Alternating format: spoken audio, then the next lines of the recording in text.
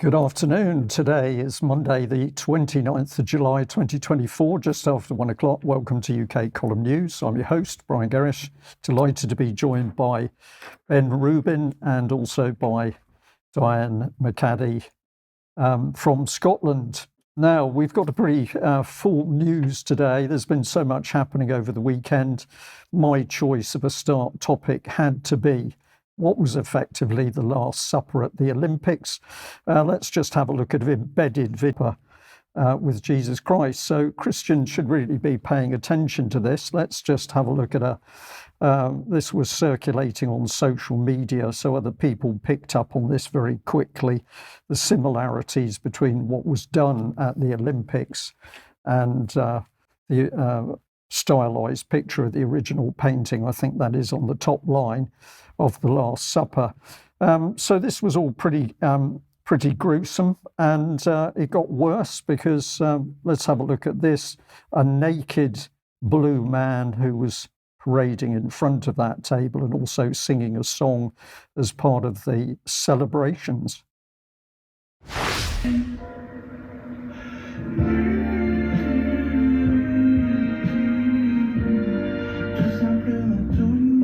Performing the song King, costumes, none other than Louis Vuitton.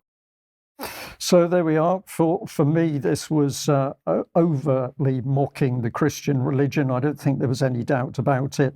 The thing I want to actually come to now is that the Olympics, we'll let this one play just if you didn't pick up quite what was going on with the head there. But we have, I think it's Marie Antoinette's head singing day.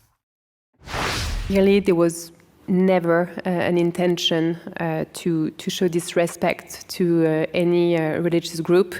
On the contrary, I think that Thomas Joly really tried to really intend to celebrate community tolerance. That was his word yesterday. And looking at the result of the polls that we shared, we believe that this ambition was achieved. If people have taken any offense, we are of course really sorry. Ma volonté n'est pas d'être subversif, ni de me moquer, ni de choquer. Ma volonté est simplement de... Okay, so if you could just pop that one back up, please, Stephanie. That one should have played through. Really, there was never an intention to show disrespect to any religious group.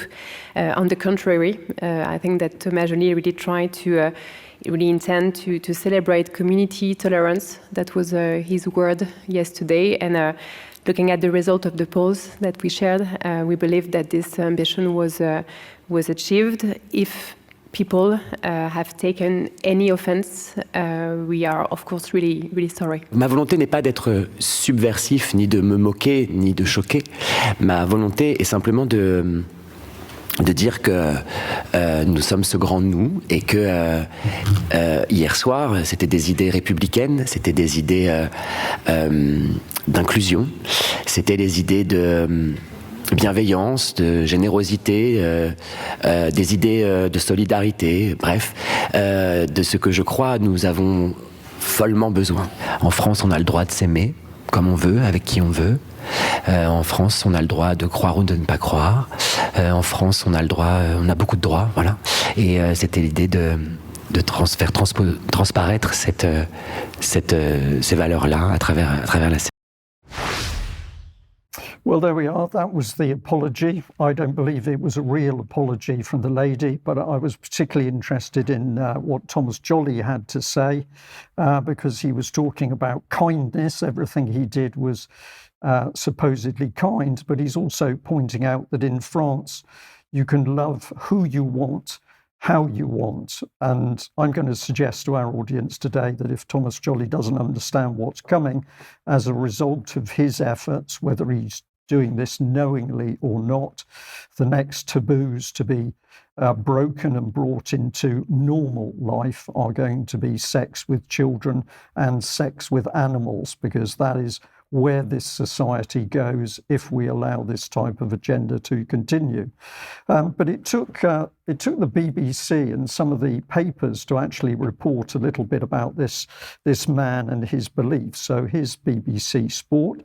There was no intention to mock or denigrate anyone. The scene in question was designed to reference pagan gods. So that's fine. It was all pagan. That means it's absolutely fine.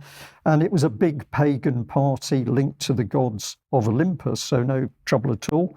He said, "You'll never find in my work any desire to mock or denigrate anyone. I wanted the ceremony that brings people together, that reconciles, but also a ceremony that affirms our Republican values of liberty, equality and fraternity." Well, that's one way of looking at it. But then we get into the details. So he's the artistic director of the Paris Olympic Games, and he wanted to reflect vibrant young spirit of Paris instead of the classic romanticized version that you see in films. Nothing about the Olympics themselves. But here we are, as this will be one of the most diverse Olympic Games with many athletes being queer, he wants the opening ceremony to reflect this. And it's only a success if everybody feels included. But now in The Sun, we learn that Thomas is a queer actor, comedian and theatre director. So we can see that he is simply bringing his own personal agenda to the Olympics. And then it goes on to say that he lives with his partner. But this took the biscuit, which was the Daily Mail. Paris 2024 Olympics, did everyone get it wrong about that controversial opening ceremony moment? Alternative theory about controversial Olympics moment. And then it says Christian leaders claimed wasn't sorry, I'll start that again. It's a bit tricky, that headline. Christian leaders claims really wasn't referencing the Last Supper. So who was saying it wasn't referencing the Last Supper? Well, what the Daily Mail did is referred to this social media post by the Reverend Benjamin Kramer. And he was retweeting somebody else's tweet saying, oh, no, it wasn't the Last Supper. This was all about the Greek god of festivity and feasting and ritual and theatre. So I took a look at the Reverend concerned, and we should have a little clip here where he's being interviewed. Now, the Reverend Kramer is on the left of your picture. Yeah, so as you've kind of like are continuing to write, I know you're doing your newsletter. Do you have like a specific direction that you're going in that, or is it just kind of like, what comes to you as you're observing the church and the world and things like that? Yeah, it definitely started out that way. Like what I'm observing, if like a lot of people are talking about a particular issue, I'll get a lot of questions. And so then I kind of frame my newsletter around that issue because I really want it to be something that people are wanting to, ask questions about or understand a little bit deeper. And so I think my direction is just that, I've called it Into the Gray, but it's that intersection between the collision of theology and culture and religion and politics to try to just navigate it with more discernment, right? Because my goal isn't to give answers. I really want to contemplate these things together. And so that's the direction I feel like I want to maintain and dig into even deeper as we go forward, is to build our ability to contemplate and to think deeper about these issues, rather than like you said, the kind of the clickbait version of these things that we often make decisions about our convictions over. Well, there we are. What I took out of that was that he only wants to talk about religion. He doesn't really want to take up the rights and wrongs, the morality of it. He just wants to get people into a cozy discussion where they can all feel comfortable, whatever angle they come in from. And of course, this was ideal for the Daily Mail because what the Mail was trying to do was turn Christians back on other Christians to try and justify this horrific abuse of the Last Supper. But interestingly, social media wasn't impressed with this man, and these are some of the comments under that video. It said, open dialogue. The irony here is rich. Ben is not only a false teacher, but he never embraces questions from people who question his line of thinking. He blocks everybody who challenges him. All the Jude wants is an echo chamber, not a quest for actual truth. And I thought that was pretty accurate. So I'm going to leave this for our audience, particularly Christians in our audience, to reflect on what is being thrown at us as acceptable behaviour in France. But of course, we've got the same agenda being spread throughout the Western societies. Now, what occurs when things get completely out of control? Well, of course, young children get abused. And I'm going to move from that Olympic segment into talking about Fenethy. We should have another little clip here, which is about a lady called Natasha. I don't know whether you can find that, Stephanie. Let's see whether we can bring that one up. It was just to give a little bit of introduction. Maybe not. Okay, well, we'll run with this clip, but an urban explorer called Natasha, here we are, an urban explorer called Natasha who I was able to speak to on Friday, has been able to go into the dilapidated Fenethy house in Scotland to actually take some footage of what she saw. So let's just have a look at a few seconds of part of my interview with her. This morning you said to me that actually you didn't know an awful lot about. No, I never. what had I happened just at knew the Fenethy. bare minimum. Yes. Sorry.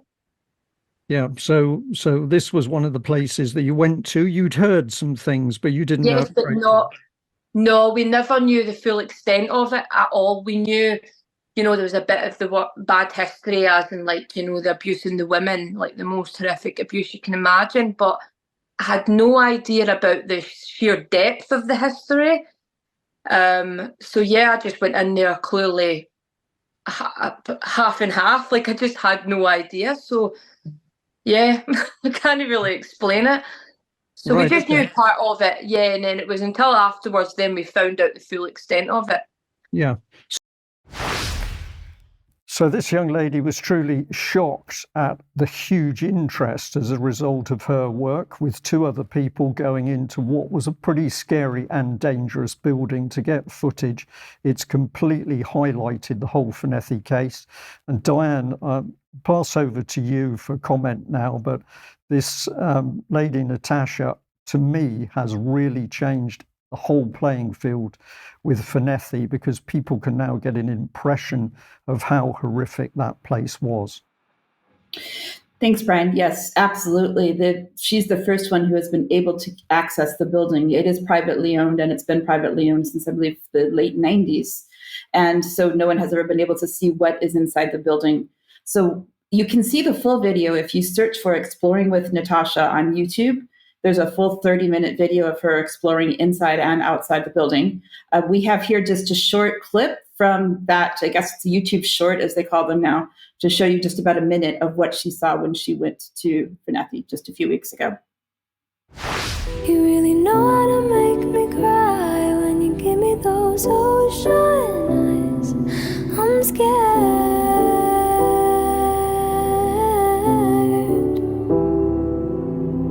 Falling quite this high, falling into your ocean eyes, those ocean eyes.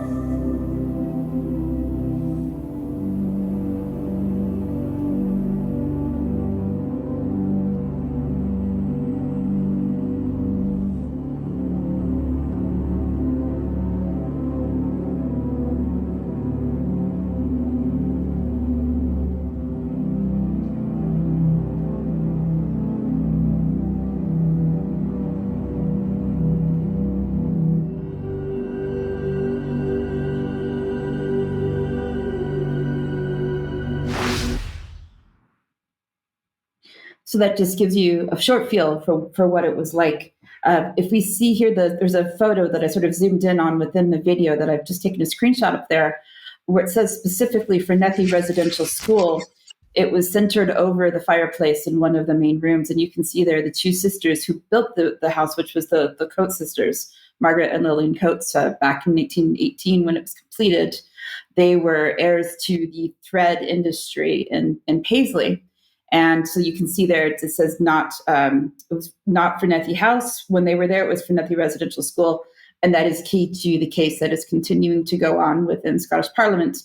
So just an update on the petition situation. As a reminder for anyone who might not have seen where we are with this, since April of 2022, there's been a petition active within Scottish Parliament to allow the Fenethy survivors to access Scotland's redress scheme, which was started under the Child Abuse Inquiry.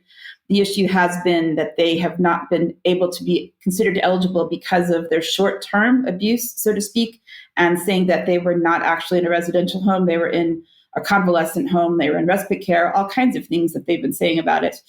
Dr. Emma Fossey, who was appointed by the Scottish government, and which they called independent, who it's hard to say that she was actually independent when the government appointed her, has the line that she put into her so-called research and said that, well, they were there for a recuperative holiday, they were there for convalescence. We know from my research, as well as an article that I've written, that you can see the actual evidence that's on the UK Column website, that none of this was actually the case. There was a lot of other circumstances that were not uncovered in the official report from Dr. Fossey. So what I did in support of that petition was I submitted evidence to Scottish government back in March, basically trying to clarify that it was not a convalescent home. It was an official residential school run by the Corporation of Glasgow or Strathclyde Regional Council at the time, which makes it a very different situation. And the fact that local authorities could coerce parents or force them to send students to the school. It was not a matter of just a summer holiday, which is what they've been trying to say all along, which somehow, in any way, the abuse shouldn't have happened regardless. So let's take a look at what happened, just for just a bit of review, as well as some new updates. This was from the 20th of March from the Petitions Committee up in the Scottish Parliament, which I attended. Fergus, you've got a small supplementary. Yes, thanks, Convener. We're indebted to Professor Dan McCarry for a submission of the 11th of March 2024, and just reading therefrom, she states, the purpose of redress for historical institutional child abuse should be to benefit survivors. Currently, the eligibility guidelines specifically exclude survivors of short-term residential school abuse. This is unjust. That's correct, surely. Surely,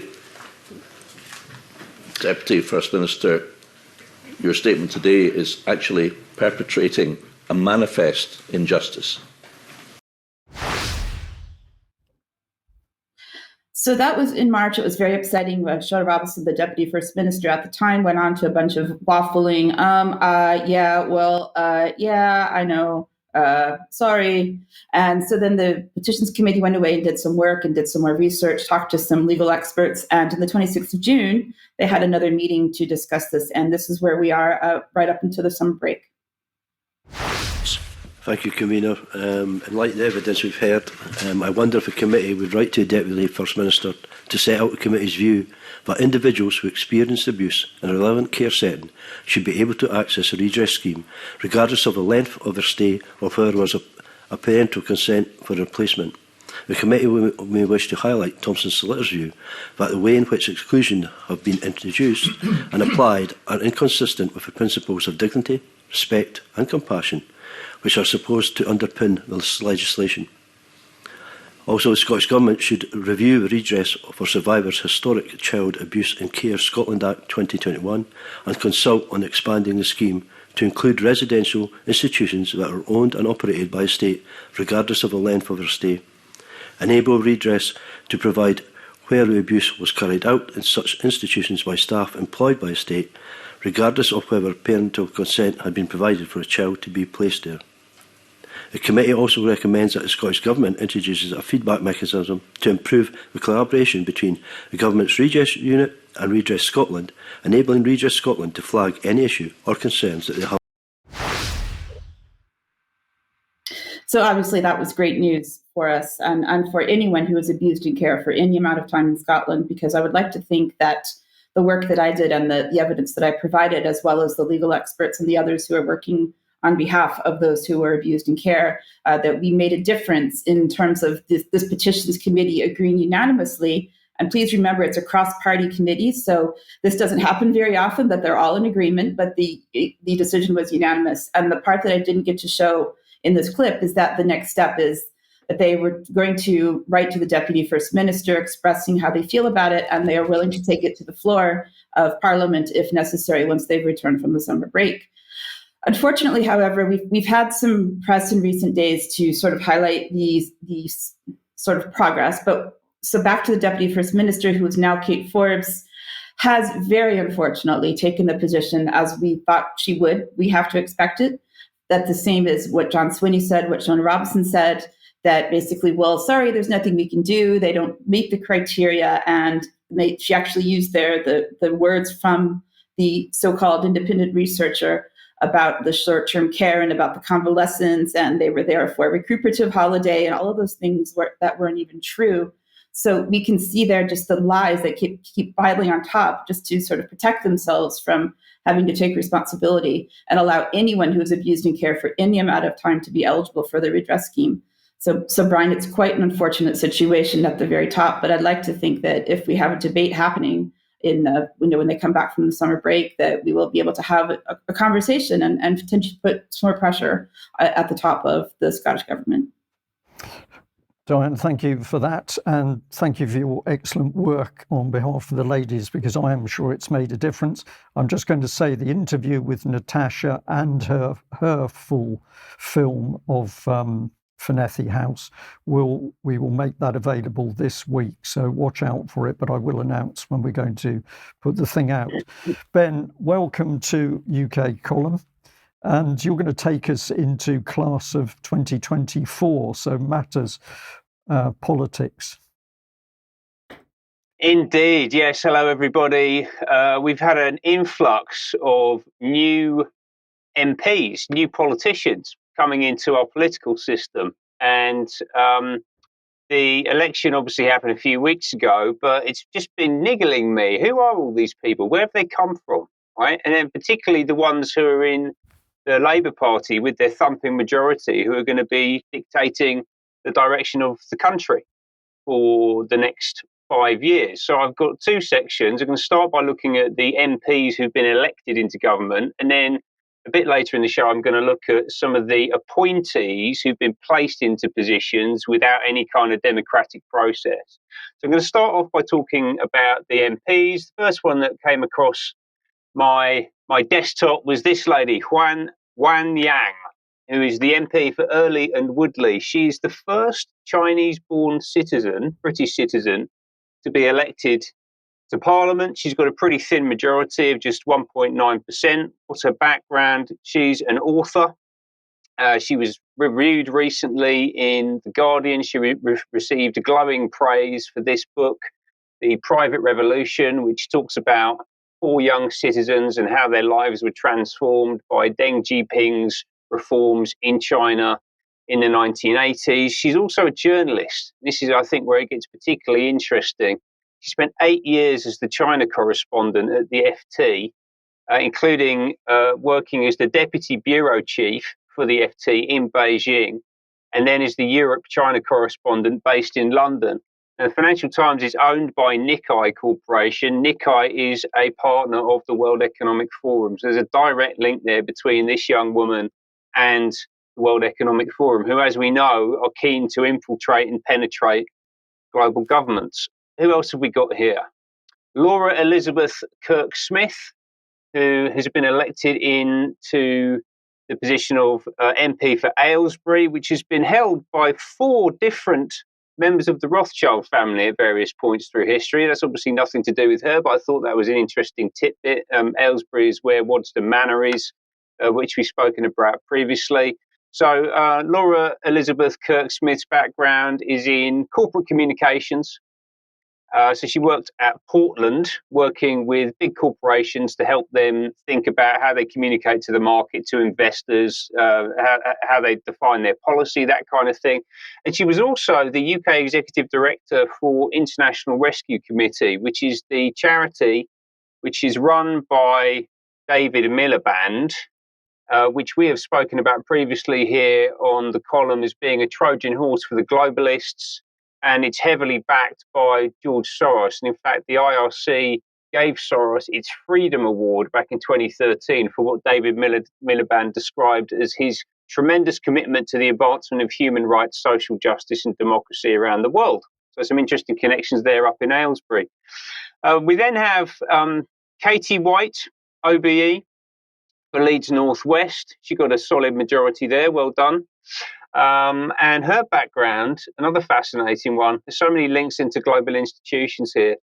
So she was the executive director for advocacy and campaigns up until April this year at the WWF, which, as we know, is one of the big vehicles for pushing the climate agenda internationally, one of these big civil society organizations. And then she's also worked as campaigns director for Europe at One.org, and the One campaign. And that is backed by, amongst other, I mean, the list is absolutely incredible, but the Bill and Melinda Gates Foundation, Bloomberg, Bono, the David Geffen Foundation, the Ford Foundation, Open Societies again, the Rockefeller Foundation. So all of these institutions are funding the One.org, which Katie White was working at in a very senior position not that long ago. Again, fascinating links here into the Labour Party. Who else? Tom Hayes in Bournemouth East replaced Tobias Elwood. Good on him. But what's Mr. Hayes' background? He was a councillor for the St Clement's ward on Oxford City Council up until being appointed as MP, and he was responsible for the zero emission zone in Oxford, which, as we know from speaking about it here extensively over the past few years, is one of the most strict and punitive low emission zones in the UK. Who else have we got? Polly Billington for East Thanet, started life as a journalist, worked at the BBC as a reporter for the Today programme, was then political editor of Newsbeat, which is specifically targeted at young people. That's a Radio 1 programme, goes out on the radio every day. She was also Hackney councillor for de Beauvoir. And interestingly, she would have been my councillor at some point, because I used to live in de Beauvoir. So we have something of a connection there. And then more interestingly, she was the founder and chief executive of UK 100, which is the UK C40 Cities climate vehicle funded by Sir Christopher Hone, the Children's Investment Fund. We spoke about them last week because Phil Glanville, who is the former mayor of Hackney, now works there in a communications role. They didn't cross over, but I'm almost certain that there would have been some involvement between Polly Billington getting Phil Glanville into that job after he had to step down because of his association with a known paedophile. Right? Some really concerning stuff going on at the top level of these organisations. She also helped run Sadiq Khan's leadership campaign to get him elected mayor. She was a SPAD to Ed Miliband. She was media director for his leadership campaign. The Miliband brothers are very, very heavily represented in the new Labour government. There are a lot of their people in there. And then finally, last but not least, David Pinto Jasinski, who is the Member of Parliament for Hendon. And he actually has the smallest majority in Parliament, 15 seats, 0.04%. Let's have a little listen to what he had to say out on the campaign trail. I owe our country so much. My father is a Holocaust survivor. He came here as a child refugee.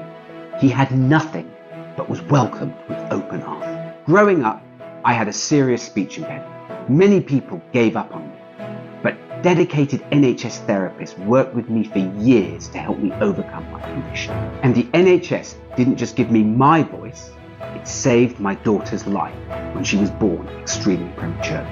These experiences have shaped my values. They are why I've spent years working hard for our community, campaigning for residents' rights and helping set up a food bank in West Hendon, fighting for leaseholders and tenants in Colindale and Mill Hill, volunteering with charities and working as a school governor in Hendon, and helping countless local people in Edgware and Burntown. That's why I'm running to be your local MP. This is a special place, diverse, vibrant, full of inspirational people, but we're being let down. The Conservatives have crashed the economy, sending our bills, rents and mortgages soaring. They've brought our NHS to its knees and broken our police and justice system. We deserve so much better. It's time for a change. As your MP, I will deliver that. Labour will provide real help with bills and get the economy growing again. We'll invest in one of the largest expansions of training and staff capacity in NHS history, and we'll make our streets safer with more neighbourhood police and PCSOs to crack down on crime. We'll fix the mess the Conservatives have created. All very stirring stuff. The NHS, setting up food banks, fighting for residents' rights, and obviously solving the economic crisis, which he claims is caused by the Conservative Party. But unfortunately for Mr. Pinto Jasinski, I think he probably has to hold some responsibility for that as well, because before joining Parliament, he was... Oh, my slides disappeared. He was a partner for EY and McKinsey and Company. and was a strategic partner of the World Economic Forum, helping to implement the Great Reset. So I think that he probably has to take some accountability for the problems in the country. Ben, thank you very much for that. My fault with the slide. And I'll just say, as we're getting deeper into who is really driving politics, we're really starting to understand who is in control of this highly destructive agenda for UK. Now, if people like what UK Column is doing, then please support us. We need your financial support, not only to keep going, but to expand, which is what we want to do. £5 a month membership makes all the difference. So if you're not a paid subscriber, then please consider doing that. Please share our material, which goes out on these platforms, although Facebook at the moment still doesn't like us, so we are unable to put anything up there. And of course, we've been censored on YouTube as well. If you make a purchase from the shop, that's of great help. And the shop is not just for members only, it's for anybody who wants to make a purchase to help the UK Column do what it's doing. Now, I just want to put out this plea for people to attend for people to attend West London Family Court. This is in relation to a Hillingdon Council childcare case. The mother and her partner desperately need support as they're facing a very difficult decision over their family within that court. And a former Royal Marine, Steve Forsyth, is going to be outside the court willing to talk to anybody who can turn up. So the address for that is West London Family Court, 4 Dukes Green Avenue, Feltham, TW140LR. So if you can get there for Wednesday, 9 o'clock, that would be extremely good. Now, we've also got going out tomorrow at 1 o'clock, the second interview with John Beaudoin. And this is the gentleman who's been talking about death statistics in the US. He's got some really fascinating information, and this will be a very informative second part to the interview with him. Now, we're also saying that many of our members have bought Agenda 21 Your Life in their hands. Thank you very much for that. But anybody who's watching the UK Column, please consider making this your first purchase with us, because it's such an informative document talking about, obviously, Agenda 2021, Agenda 2030, and how we're being controlled. So if you still haven't got a copy, please consider getting one. And the big news from the UK Column was this, that if you haven't got the date in your diary, please pop it in. Saturday, the 19th of October, 2024, the UK Column team at an event at a location to still be announced in Bristol will be doing a live event. Yes, it really will be live. And we're looking forward to meeting everybody who attends. So if you can get there for that event, please do. Now, of course, over the weekend, a big event was the demonstration in London around Tommy Robinson. Let's have a look at some of the footage from that.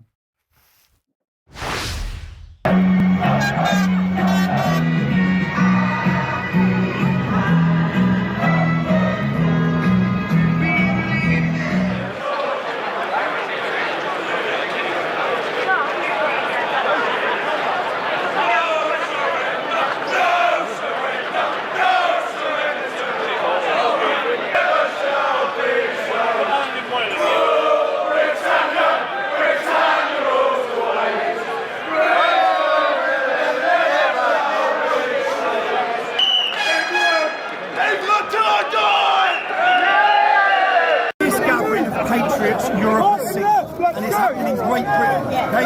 Get your people organised, unify your countries. Enough is enough. The line in the sand has been drawn. We're being replaced no longer.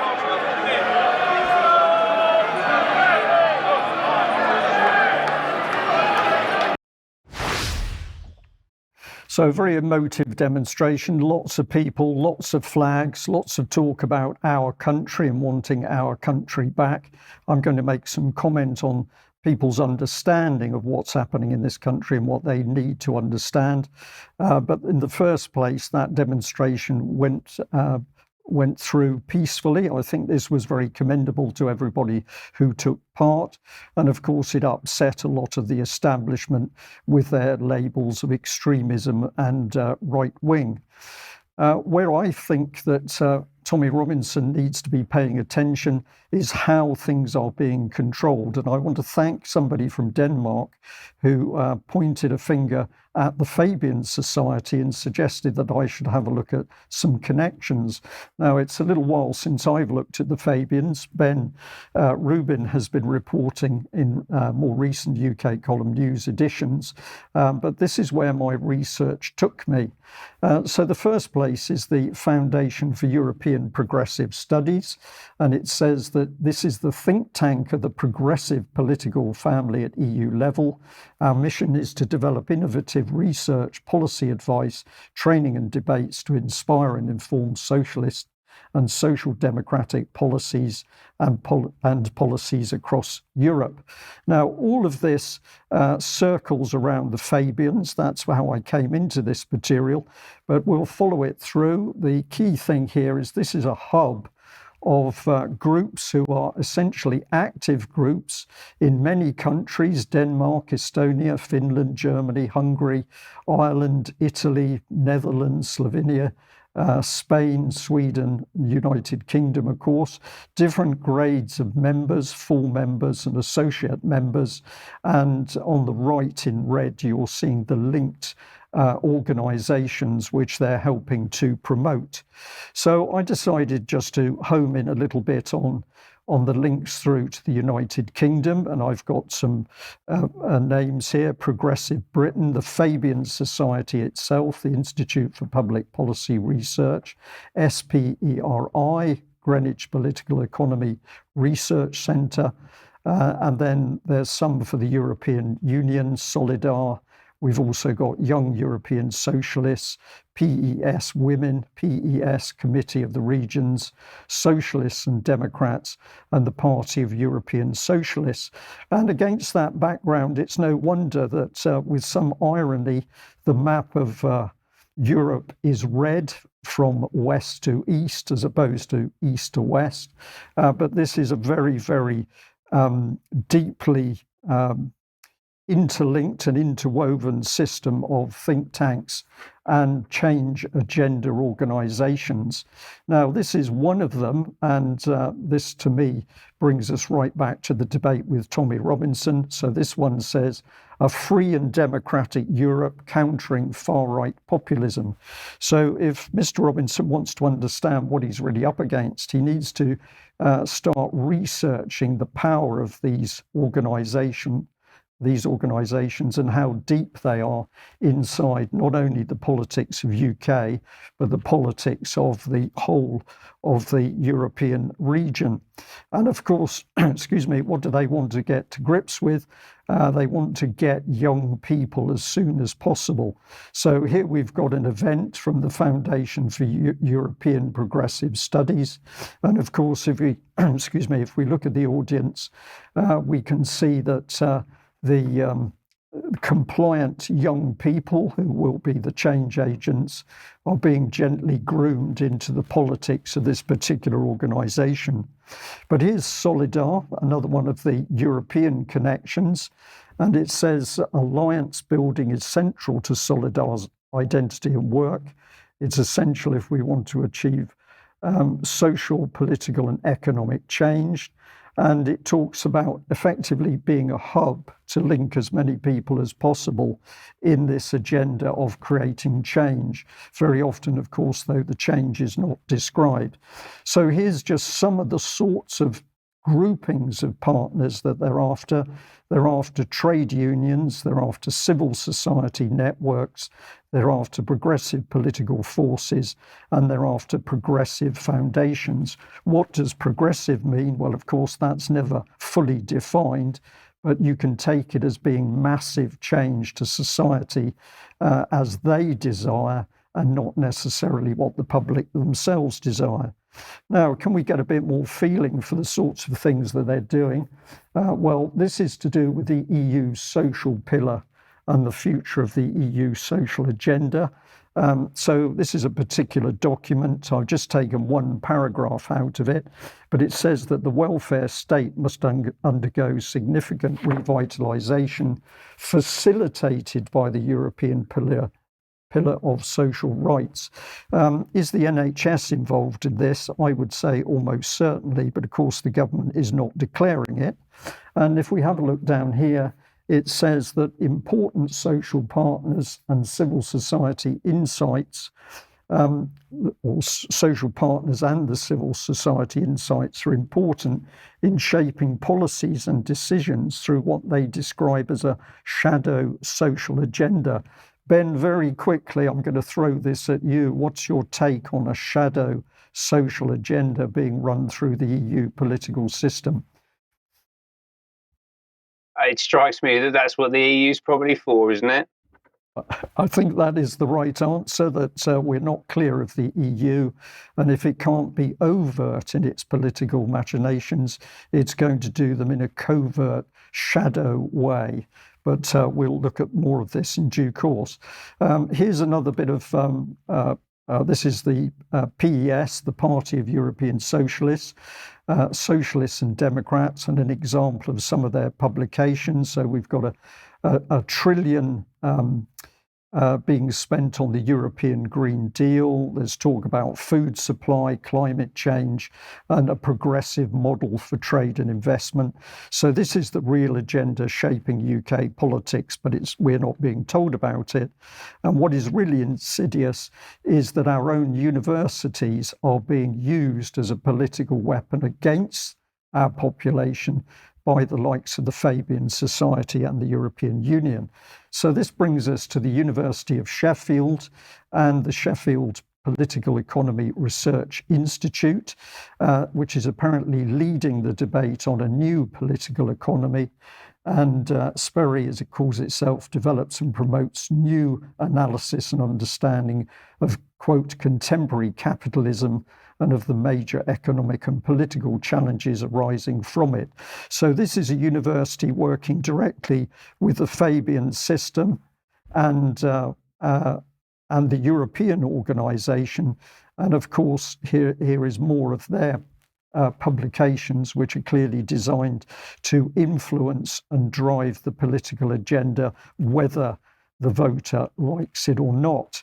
And if Sheffield University is involved, then I can also tell you that Greenwich is also involved. And here is the Greenwich Political Economy Research Centre, which is in the middle of this Fabian EU political web. And we've got a short video here talking us through exactly what they do. Pay attention. I'm Özlem Onaran. I'm Professor of Economics and Director of Greenwich Political Economy Research Centre. The aim of Greenwich Political Economy Research Centre is to produce research that addresses the burning issues of our time, such as inequality in income and wealth, gender gaps in pay and employment, climate change, renewable energy, financial fragility, or innovation. We want to answer the questions which affect people's lives. We find progressive solutions for an equitable and sustainable future. We want to give the people the assurance that our research will find progressive alternatives for the problems that matter to their lives. These problems happen for complex reasons that include institutional aspects, power relations, social norms, and public policies. We use a plurality of methods and theories such as ecological economics, feminist economics, institutionalist research, post-Keynesian analysis, or Marxist social theory. We are trying to share our research with the broader public. We always organize high-profile national and international conferences throughout the year here at the Greenwich campus. We publish our research in not only world-leading economic journals, but also we make them available free online to the public in the form of Greenwich papers in political economy and policy briefs. All of these are available on our website as well as the calendar of events. So I hope our viewers and listeners caught it, but she's calmly talking about Marxist social theory. That's what's being fermented in the background, but the public, of course, are largely unaware of what's happening. And I'm going to suggest that Tommy Robinson and his team are also completely unaware of how this country is being subverted. Now, here's Progressive Britain, which is also mentioned in the EU Fabian Web. We are Progressive Britain, they say in their own material. They're running conferences, but essentially they're influencing. And if you read the text here, it says that they're partnering with Labour to win. Well, Labour has won, so we can be sure as to what's coming. And if we have a look at some of the people, it's very interesting. So out of this little gallery of their team, it was interesting to have a look at Adam Langelben, the executive director. He was previously head of communications at the Jewish Leadership Council and a shadow spokesperson for Regeneration as a Labour councillor in Barnet. He also served as National Secretary of the Jewish Labour Movement and co-led the referral of the Labour Party to the Equality and Human Rights Commission. So these are not passive activists. They are actually overt and I would say pretty aggressive in their actions.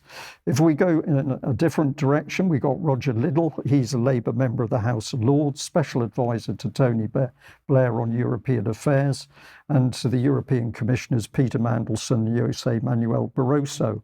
So this man deep into European politics, and he's working extremely hard there with Progressive Britain.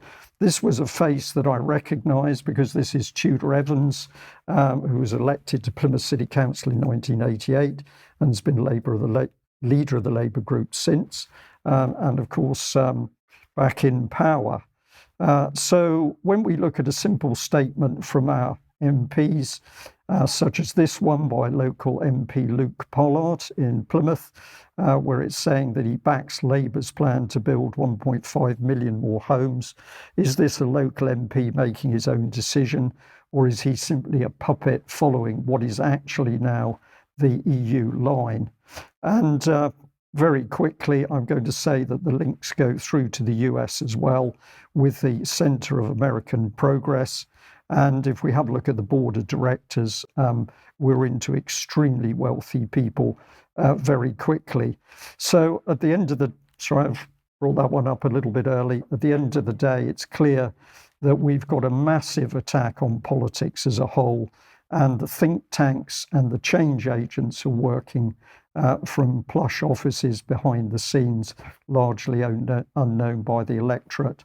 And on that note, Diane, let's bring you back in. What's been happening in the US with regard to elections and democracy?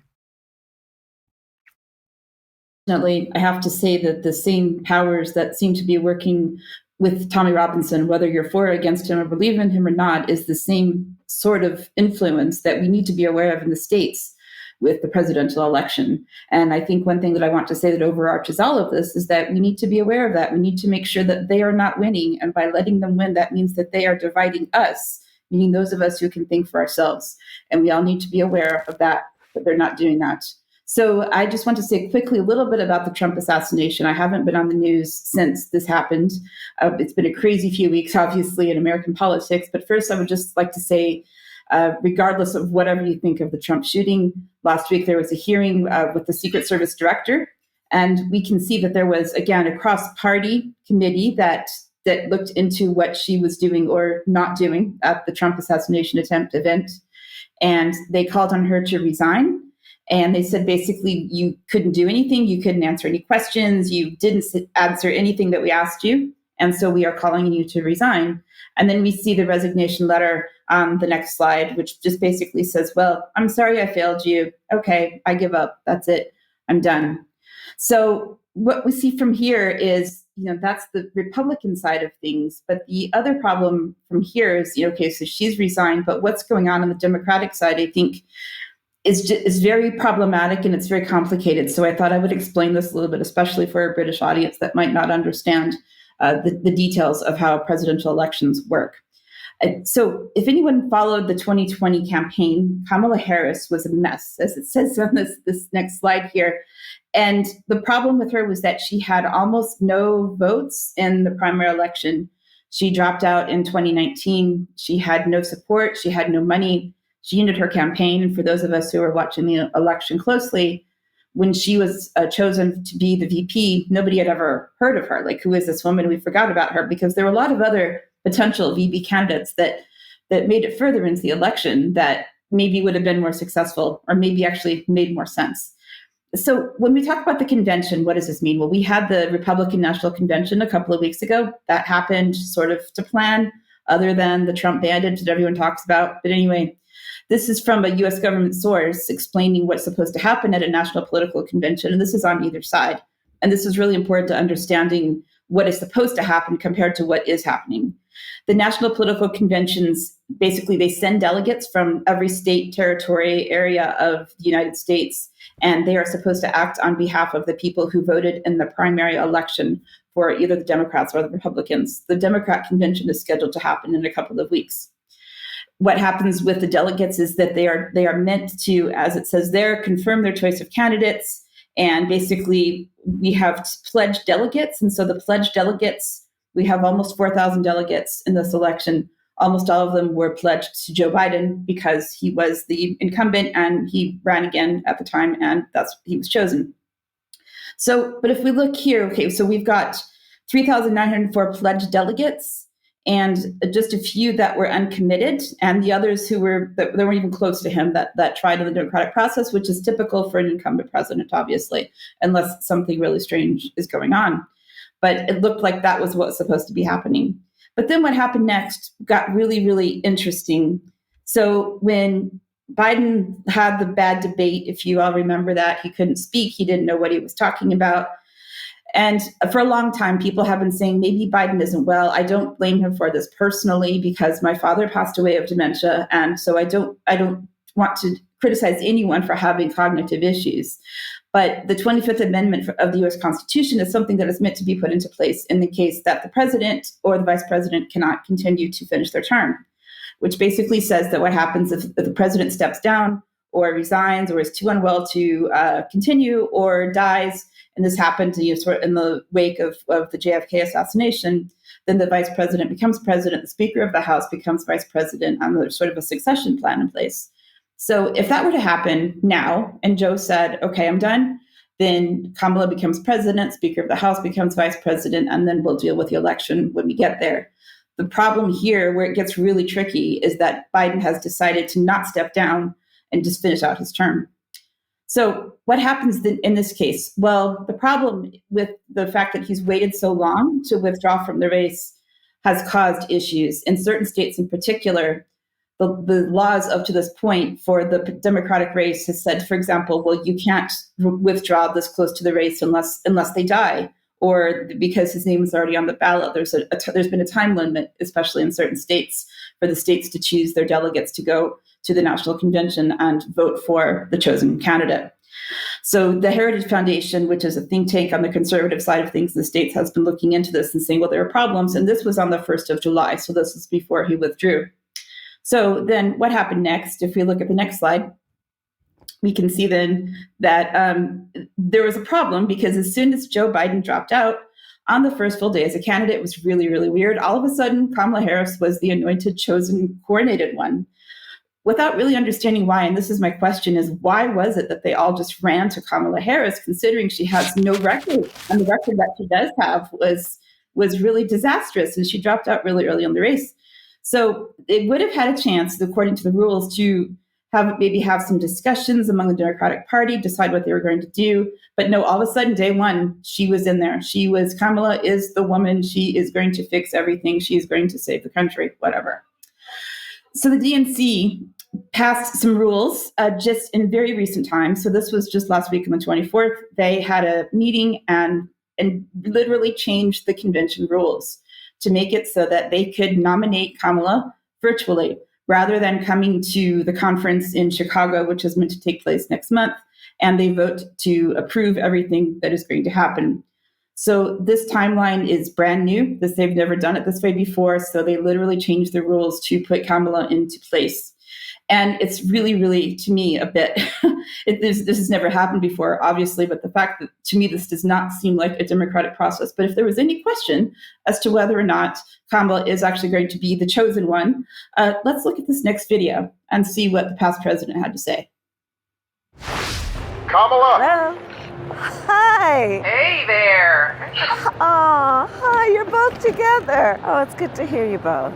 I can't have this phone call without saying to my girl Kamala, I am proud of you. This is going to be historic. We called to say Michelle and I couldn't be prouder to endorse you and to do everything we can to get you through this election and into the Oval Office. Oh my goodness. Michelle, Barack, this means so much to me. I am looking forward to doing this with the two of you, Doug and I both, and getting out there, being on the road. But most of all, I just want to tell you the words you have spoken and the friendship that you have given over all these years mean more than I can express. So thank you both. It means so much. And we're going to have some fun with this too, aren't we?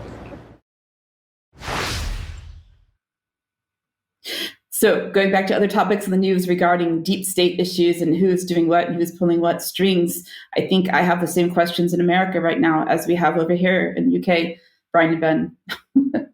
Yeah, a troubled world, Diane, but we will continue lifting stones. Ben, we're going to bring you back talking about class of 2024 again and those who've been appointed. I will be clock watching a little bit, but we've taken up a bit of your time, so go ahead. That's fine. What I was thinking, we could maybe skip the video that I've got in there and maybe we can show that in extra because I know that we're running over slightly. So it's really interesting to hear that. Thank you, Diane, to get that insight into the undemocratic process, right? And actually the people that talk about democracy the most seem to be the ones that are least interested in actually implementing it in practice. And we can see this in the UK because of a series of appointees who've been put into very, very senior level roles in the British government. I'm going to talk about three today. These are ones that have just jumped out at me over the past couple of weeks. The first is this gentleman, Varun Chandra, who has just been appointed as special advisor to Keir Starmer for business and investment. He has been the managing partner for Hacklit, which is a corporate intelligence firm founded back in the 90s by a bunch of former MI6 guys. So you get the gist with what kind of organization that is. He's pretty high up in the British establishment. He's on the board of the MCC Foundation, and he's actually got roots right back into Tony Blair. He helped Blair set up his first foundation when he left office back in 2007, I believe it was. So let's just talk very quickly about what a SPAD is, Special Advisors. It's quite an interesting role, actually. And this podcast was sent to me by Debbie Evans, actually, last week. Thanks, Debbie. And I'd recommend going to have a little listen to it. It's on the Institute for Government website. It's called SPADcast. And it basically talks about what is a SPAD, what's the recruitment process. Apparently, there is no recruitment process. You just get called up, you get asked a few questions, and then if they like what they hear, they put you into position. And it's a really serious position. Effectively, you're acting as a gatekeeper between the Secretary of State, or in this instance, the Prime Minister, and the department. They can't manage civil servants, they can't sign off money, but they do have an enormous amount of power. And this guy is, as we've said, right in the top levels of the corporate establishment, now into the political establishment. They've got their hands into the military intelligence apparatus. So again, she's talking about Hacklet, the corporate advisory firm that Varun Chandra has just left to move into government. They are actually advising the investment security unit of the British military intelligence on how to spend its money. They've got connections not just into the Labour Party, but also into the Conservative establishment, and Lord William Hague has just been appointed as chair of the Hacklet International Advisory Board. Right, so this is very much a uniparty type organisation working with top international corporations and intelligence agencies, now right in the heart of the British government, essentially acting as a gatekeeper to the Prime Minister on issues relating to international business and investment. And as I mentioned earlier, Varun Chandra actually helped establish Tony Blair Associates, which was the first vehicle that Blair set up to work on faith, Africa and climate change, apparently, according to Wikipedia. It was shut down in 2016, but then that went on to form essentially the kind of core of what has become the Tony Blair Institute for Global Change. The second person appointed, this gentleman, Lord Timpson, Minister of State for Prisons, Parole and Probation. He is a businessman. His father actually founded Timpson's Group. Timpson is a cobbler. You go and get your keys cut there. They're all over the country. They've got 2,500 stalls around the UK. They also own a bunch of dry cleaners, and they own Jeeves of Mayfair, I believe it is, who have got a royal warrant. They clean the King's suits, apparently. He popped up earlier this year, Lord Timpson, because, and obviously, now we know in hindsight that this was essentially a precursor to him being put in for this job. He wrote this book called The Happy Index, which he calls Lessons in Upside Down Management. It's about his values as a leader. It's about focusing on happiness. And also he talks about the fact that he's spent a lot of time getting former prison inmates into jobs. So about 10% of the Timpson workforce are former prisoners. Let's not run the video because it's a couple of minutes and we're already over time. But essentially what he talks about in his maiden speech to the House of Lords last week is his desire to turn the prison system into something that's much more about rehabilitation. It sounds nice. It sounds very kind and empathetic, as we're always told to be these days. But actually, when you dig into it, what are we looking at? Well, he actually thinks that 2/3 of the people in prison shouldn't be in prison, right? And if we're looking at that kind of mentality, this push towards reducing sentences, you do wonder whether prison is actually a deterrent anymore. Is it supposed to be a punishment? It's supposed to deter people from crime. And also the question that never gets raised by these people, and certainly not in my experience from listening to Lord Timpson, is what about the victims? Yeah, the perpetrators of the crime are not victims of the crime. Right? We're doing a disservice to victims by letting people out early and taking this whole kind of line of things. That would be my take on it. And then finally, last but certainly not least, Lord Vallance. Patrick Vallance, one of the key protagonists of the COVID debacle over the past 4 years. He's been put into position as Minister of State for Science, Research and Innovation. We know that he's been spending time as an advisor to the Tony Blair Institute for Global Change. He's an extraordinarily high-profile person, and the scope of this role is absolutely staggering. So he is responsible for all public sector research, international science and research, including space science. I won't read all of these out, but you should go and have a look at this. He's responsible for life sciences, and that basically means the NHS, right? So life sciences is how the health system is described. He's responsible for life sciences. He's responsible for ARIA, the Advanced Research and Invention Agency, that's spending £800 billion of taxpayer money on research off the edge of the map, looking into new technologies, and then also looking at how that stuff's going to be deployed, because he's responsible for tech and innovation across the missions. And we are a mission-led government now, so he's responsible for all technology and innovation across all of the major programs being put into place by the government. And he's made one major announcement since being put into position about 3 or 4 weeks ago, and it's this one. Fascinating and absolutely terrifying when you dig into it. We've had £50 million unlocked for the UK Biobank, which is a DNA database which is sitting right at the heart of the health system, which is a way for pharmaceutical industry to track and trace and monitor and experiment on the British population. That's been done in collaboration with Amazon Web Services, AWS, so this is a public-private partnership. But this builds on something that happened last year, which they call a public philanthropic consortium, which was set up. So this is a UK government platform, which was seed funded by 2 billionaires. Yeah, the first one is this guy, Kenneth Griffin, who is the founder of Citadel, who's a hedge fund guy. And then the second one, and most concerning, is this, Eric Schmidt, who's the former chief executive and then exec chairman of Google, but also a trustee of the Bilderberg meetings, who is making personal investments into core British technological infrastructure alongside the British state. Absolutely staggering what Labour have brought into power here. Ben, thank you very much for that. I'm afraid we haven't got more time in this news edition to get into this, but we're now into the meat. We are being attacked by this system. And if people want their country back, the first thing they need to think about is, do they really want the old country back, or do they want a new society in this country with truth and honesty and morality and love and kindness? Is that where we want to head? And if we do want that to be the case, then we have got to understand what and how we are being attacked, and this country is being destroyed. No difference in the parties, and full linkage with massive amounts of money through global companies. This is effectively a global form of fascism. We need to understand it for what it is if we're going to deal with it. We must leave it there. So thank you to everybody who's joined us today, wherever you are in the world. And Ben, thank you for joining us. Diane, thank you. We will be back in a few minutes for extra time, and we'll talk more about some of these subjects, but we must leave it there. Thank you. Bye-bye.